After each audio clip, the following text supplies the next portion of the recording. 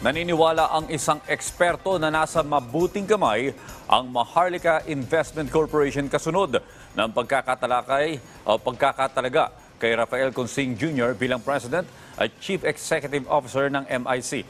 Ito'y dahil na rin sa lawak ng kanyang karanasan. Si Rod Lagusad sa detalye. Mahalagang dumaan sa fine-tuning o revisyon ng implementing rules and regulations ng Maharlika Investment Fund ayon sa isang eksperto. Sa panayam sa Bagong Pilipinas ngayon, ipinaliwanag ni Michael Ricafort, Chief Economist ng RCBC, na mahalaga ito upang mas epektibong maipatupad ang mandato ng MIF. Anya, bago pa man magkaroon ng batas, layon na malaki ang kitain mula sa MIF. Wala rin nakikitang problema si Ricafort sa kapangyarihan ng Pangulo na mag-reject sa mga inirekomendang appointees. May prerogative talaga kung siyempre kung sino ba yung binigyan ng kapangyarihan ng batas, ng konstitusyon. So yung presidente, di ba, kung sino yung hinalal ng mga tao, no? Yung appointment, nagagaling po sa executive. Pero pagkatapos po nun, pag magpa-function na sila, independent sila.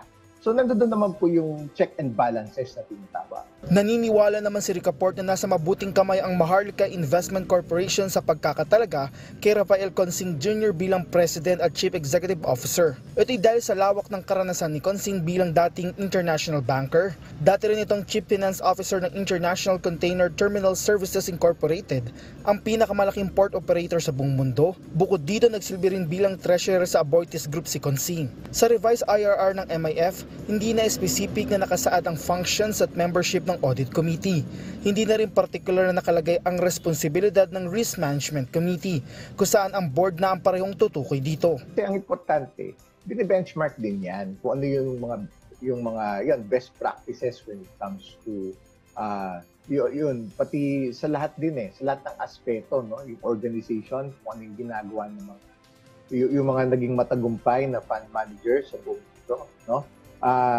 Kasi dapat yung talagang dapat swak din yung there's a perfect fit. Binigyan din niya na special skill ang kinakailangan sa pamamahala ng MIF. Para kay Ricafort, hindi rin sapat ang educational requirement tulad ng master's degree dahil kinakailangan ang naaangkop na expertise para sa MIF. Rod Lagusad, para sa Morning Show ng Bayan, Rise and Shine Pilipinas.